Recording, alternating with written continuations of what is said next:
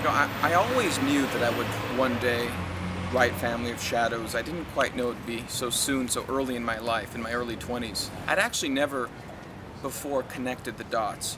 I thought of the individuals in my family in isolation. We grew up in a family half a world away from Armenia that believed in the day that Armenia once again would be free. I grew up in a very non-Armenian environment in a small farming community of the San Joaquin Valley where there were probably 10 or 12 Armenian families. I resisted writing a pure biography. I wanted this to be something more. I wanted this to be something encompassing. And I thought that this would be a perfect opportunity for me to tell the family story, but in doing so also to tell the history of the Armenian people. This is not an isolated, narrow ethnic story. Our story is a human story. It's part of the human dilemma. Armenia is becoming a part more and more of world culture and world civilization, and I think that's very important. I found myself a few years ago before a pattern. I saw that the story of my great-grandfather, Kaspad, was the story of the destruction of the Armenian homeland, the Armenian genocide. Then I investigated the story of my grandfather, Richard, and I saw that this was the story of preserving our culture and our heritage in memory. This man, Garin Hovannisian, my father, is primarily responsible for introducing into UCLA's curriculum and, in general, into the academic life of the United States, the discipline of Armenian studies. And my father is inspired to leave the United States and take the American dream and return it to native lands, to spread the lessons of liberty and justice and equality, and return to Armenia, where he becomes Armenia's first foreign minister and remains active in political office to this very day. The Armenian flag went up at the United Nations in March of 1992 on my father's and my mother's anniversary.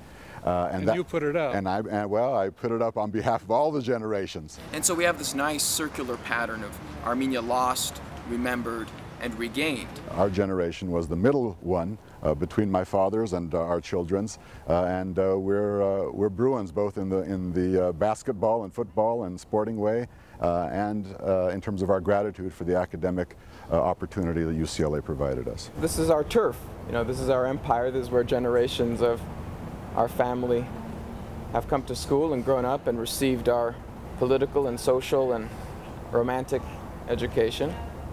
And we're very much at home here. There's only one now, but we were Raffi and Garin. This direction is Poly Pavilion, where I spent Thursday, Friday, Saturday nights of my childhood and my youth and the exhilarating days of John Wooden. And my other two sons, Armen and Garo. I'd go to Ackerman Union to the food court, which was responsible for much of my childhood chubbiness. And my daughter Ani and my daughter-in-law Armenuhi all have been UCLA graduates. Actually, one of my favorite places to write in the entire world is Powell Library, the top story with near the beautiful rotunda, and I'd go there early mornings at 8 a.m. and I'd work until the afternoon. It's a fantastic place to write. Garin will speak for himself, but I think it is his generation that is going to be the one that defines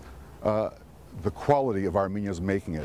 Much work to be done, and we have a young generation, I think, that's learning the skills, language skills and research skills to bring that about. Without being too modest, I think it's my role and my duty to step back and look at what's gone before me.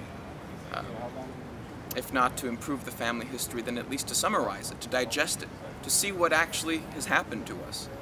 Because it wasn't until I began to research the story and I began to put it into print and to see it on the page, it wasn't until that moment that the circularity, the pattern, the full meaning, the full spiritual depth of the family history became apparent to me.